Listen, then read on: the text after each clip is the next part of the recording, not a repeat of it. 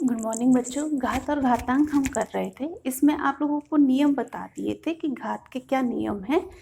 अब एक प्रश्न हम लोगों ने किए थे जहाँ पे सीधे हम लोगों को घातांक में ही संख्या दे रखी थी और वहाँ पे हम लोगों को उन फॉर्मूला को यूज़ करके हल करना था।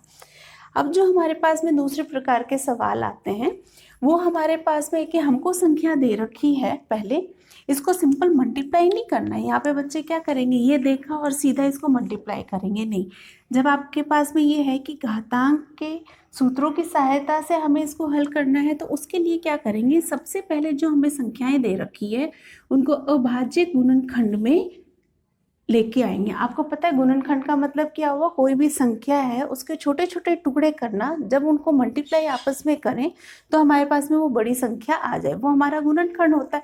और अभाज्य गुणनखंड का मतलब होता है, अब यहाँ पे ये जो संख्या है इसको मैं 6 से भी डिवाइड कर सकती हूँ, पर मैं 6 से डिवाइड नहीं करूँगी क्योंकि 6 जो है वो भाज्य संख्या, उसका और विभाजन हो सकता है, उसको और टुकड़ों में हम लोग तोड़ सकते हैं। तो सबसे पहले जो संख्या है वो 2 से लेके चलो, क्योंकि पीछे 8 है, आपको पता है 2 से भाग चला जाएगा। 2 से किया तो 5, 54, फिर 2 से वापस से किया तो यहाँ पे 2 आ गया, 14 और 7 आ गया, फिर 3, फिर 9, फिर 3, फिर 3, फिर 3 और 1। ठीक है, तो यहाँ पे इस वाली संख्या को मैं डायरेक्ट यहाँ पे लिख सकती हूँ। 208 को मैं लिख सकती हूँ 2 की घात 2, 108 को 2 की घात 2 और 1 2 3 मल्टीप्लाई बाय में 3 की घात 3, ये हो गया मेरा 108।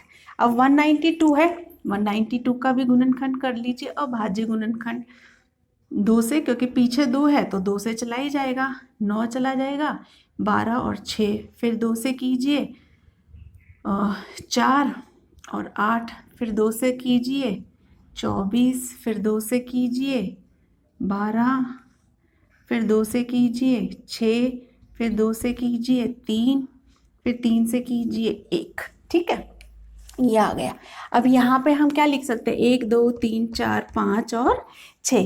तो यहाँ पे इसके साथ में ही आगे मैं लिख दूंगी 2 की घात 6 मल्टीप्लाई में 3 की घात 1, क्योंकि 3 कितना है, 1 है।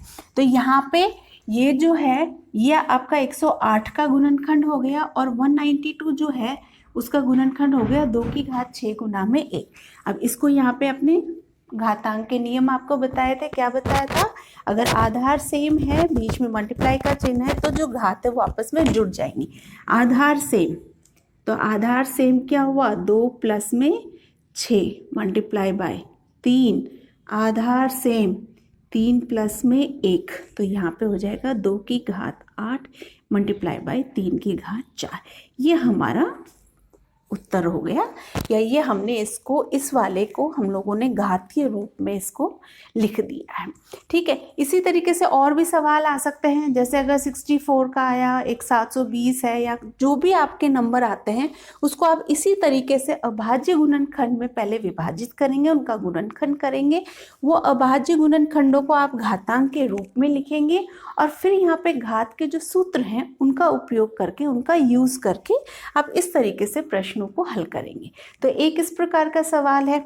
अब कुछ 1-2 उदाहरण और हम लोग ले लेते हैं जिससे कि आपको अच्छे से समझ में आए। अब देखिए, दूसरे एक और प्रकार के सवाल हम आपको बोल रहे थे, वो हम ऐसे करते हैं कि यहाँ पे इसको सॉल्व करना है, इसको जो ये घातीय रूप है इसको, इनको हल करना है आपको। तो अब इनको कैसे हल करेंगे, सबसे पहले यहाँ पे आपको ये देखना है कि कोई संख्या ऐसी तो नहीं है जिसका अभाज्य गुणनखंड नहीं है, तो उसको पहले अभाज्य गुणनखंड में बदलिए, फिर यहाँ पे घातांक के जो सूत्र हैं उनको यूज करेंगे और हल करेंगे। जैसे यहाँ पे देखिए बेटा, ये तो ठीक है अभाज्य 7, पर 8 जो है, 8 का तो हम गुणनखंड कर सकते हैं ना, और आगे 2 से किया 4, 2 से किया 2, 2 से किया 1, तो 8 का जो गुणनखंड है 8 का, उसको हम लिख सकते हैं 2 की घात 3। अब यहाँ पे देखिए, सबसे पहले स्टेप क्या करेंगे, 2। अब देखिए क्या है, घात आधार की आधार, आधार की आधार आपस में क्या हो जाता है, मल्टीप्लाई, मल्टीप्लाई बाय 7 की घात 3 हो गया। अब यहाँ पे 8 की घात 3 की जगह मैं क्या लिख सकती हूँ, 2 की घात 3, 8 की जगह मैं लिखूंगी 2 की घात 3, 2 की घात 3, और 8 का की घातांक कितनी है 3, 8 की घातांक 3 गुना में 7। समझ में आया?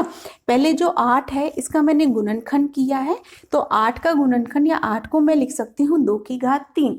तो यहाँ पे जो 8 है उसकी जगह मैं 2 की घात 3 लिख रही हूँ। ठीक है जी। अब यहाँ पे देखिए क्या हो जाएगा, 2 की घात मल्टीप्लाई किया 10 मल्टीप्लाई बाई 7 की घात 3। यहाँ पे भी घात की घात, तो घात की घात कितनी हो जाएगी 9, 7 की घात 1। अब यहाँ पे आधार सेम, बीच में डिवीजन, तो क्या हो जाएगा 2 माइनस में मल्टीप्लाई 7 और 7, आधार सेम, बीच में डिवीजन, तो 7, 3 मल्टीप्लाई बाई 1। तो यहाँ पे हो जाएगा 2 की घात 1 गुना में 7 की घात 2। तो आप इसको लिख सकते हो 2 गुना में 7 की घात 2 का मतलब क्या हुआ 49, और 49 को जब मल्टीप्लाई करोगे तो उत्तर आ गया 98। इस तरीके से स्टेप बाय स्टेप हम लोग करेंगे। पहले जो संख्या है, अगर अभाज्य संख्याएं हैं तो उनको भाज्य संख्याएं हैं तो उसको अभाज्य संख्याओं के गुणनखंड में लिखिए। एक प्रकार का सवाल ये हो गया। दूसरा प्रश्न आपके पास में ये हो गया, अब इसको भी आप कर लीजिए। देखिए यहाँ पे आप क्या करेंगे, 3 की घात 5, ठीक है जी। अब 10 है तो 10 का गुणनखंड 2 आ गया 5, 5 और 1, तो यहाँ पे क्या हो गया, इसको 2 गुना में 5, इसकी घात 5। फिर है 25, 25 का क्या करोगे, आपको याद होने चाहिए इतना तो बेटा, 5 और 5, तो 25 का हम क्या लिख देंगे 5 की घात 2 डिवाइडेड बाय 5 की घात 7 तो है ही है। 6 का क्या होगा, 6 का जब गुणनखंड करेंगे 2, 3, 3 और 1, तो 6 को मैं लिख सकती हूँ 2 गुना में 3 और इसकी घात हो गई 5। ये 6 है, 6 की घात 5 मतलब 2 गुना में 3 की घात 5। अब 3 की घात 5 है तो इसको तो अब यहाँ पे क्या करेंगे, अलग अलग लिख दीजिए। 2 की घात 5 गुना में 5 की घात 5 गुना में 5 की घात 2 डिवाइडेड बाई 5 की घात 7, 2 की घात 5 गुना में 3 की घात 5। ठीक है, अलग अलग सेपरेट कर रहे हैं। अब देखिए ये दोनों 5, ये तो अलग संख्या है, ये अलग संख्या है, ये दोनों संख्या एक साथ है।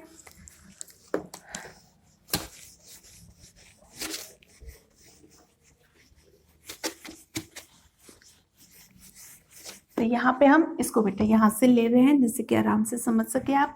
तो देखिए 3 की घात 5 ही रहेगी, 2 की घात 5 रहेगी और 5 की घात क्या है 5 और 2 बीच में क्या है मल्टीप्लाई, आधार सेम बीच में मल्टीप्लाई, तो जो घात है वो आपस में जुड़ जाएंगी, 5 प्लस में 2।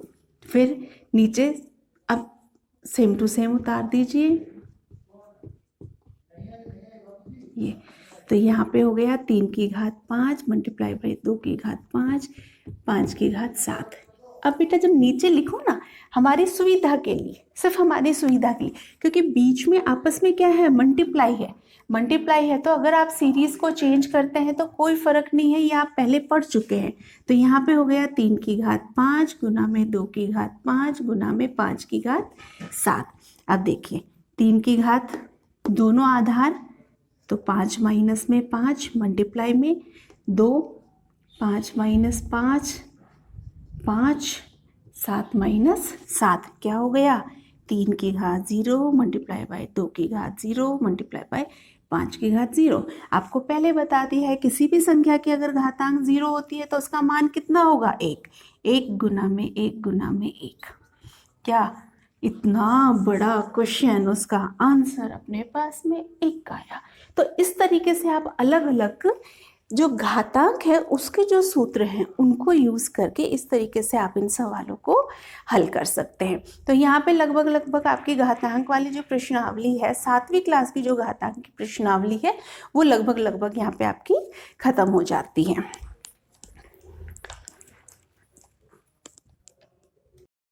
एक छोटा सा और पोर्शन है आपके 7वीं क्लास में, इसमें है मानक रूप। बेटा मानक रूप होता है जैसे बहुत बड़ी बड़ी कोई संख्याएं हैं, है ना, जब हम लोग साइंस में पढ़ेंगे आगे, जैसे फिजिक्स में हम लोग कई बार पढ़ते हैं कि किसी का द्रव्यमान होता है, कुछ व्यास अपने को दे रखी है, सूरज से अपनी यहाँ से दूरियां दे रखी हैं, तो उसमें क्या होता है, उसको बहुत बड़ी संख्याएं होती हैं, वो करोड़ों की, इतने करोड़ किलोमीटर, इतने माइल्स, इतने मिलियंस किलोमीटर दूर है, तो उसको तो हम मिलियंस लिखने लगे तो 0,0,0,0,0 लिखना बहुत मुश्किल काम होता है। इसलिए क्या किया, उनका एक शॉर्ट फॉर्म कर दिया हम लोगों ने।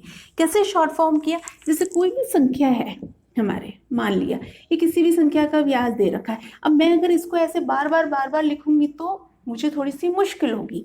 तो हम क्या करेंगे, यहाँ पे इन संख्याओं को 10 के घातांक में बदल लेते हैं, डेसिमल और 10 का घातांक लिख लेते हैं। जैसे इस संख्या को क्या करूँगी, मैं पीछे से काउंट करूँ, 1 2 3 4 5 6 7 और 8, तो मैं इस संख्या को लिख दूंगी 1.4 मल्टीप्लाई बाई 10 की घात 1 2 3 4 5 6 7 8, 1 10 की घात 8, 1.4। अब ये संख्या अगर मैं कहीं पे भी किसी दूसरी संख्या से मल्टीप्लाई करूंगी तो मेरे लिए आसान हो जाएगा। तो ये संख्या जो इस रूप से हम लोग लिख देते हैं ना, वो हमारे मानक रूप होते हैं। मानक रूप का प्रयोग हम करते हैं जब बड़े बड़े मल्टीप्लिकेशन और कैलकुलेशंस जब हमें करने होते हैं उस टाइम पे। तो जो भी संख्या का आपको मानक रूप पूछा है कि इसका मानक रूप लिखिए, जैसे यहाँ पे आ गया 7,8,0,0,0, तो यहाँ पे भी इसका मानक रूप क्या करेंगे, पीछे संख्या उसको सिर्फ दो संख्याओं का हम लोगों को लिखना है, एक संख्या के बाद में डेसिमल लगाना है। तो 1 2 3 4 5 6 7, तो यहाँ पे मैं लिखूंगी 3.4 multiply by 10 to the power of 2 4 5 6 और 7। ये मेरा इसका मानक रूप हो गया। यहाँ पे क्योंकि नेक्स्ट संख्या 6 से बड़ी है तो आप यहाँ पे 3.5 भी ले सकते हैं कैलकुलेशन, क्योंकि माइनर इसमें कोई डिफरेंस आता है जो कि बहुत बड़ी कैलकुलेशन में कोई इतना मायना नहीं रखता है। तो जो भी ऐसी बड़ी बड़ी संख्याएं हैं, उन संख्याओं को जब हम घात के रूप में लिखते हैं, डेसिमल और घात के रूप में लिखते हैं, तो वो हमारा मानक रूप हो जाता है।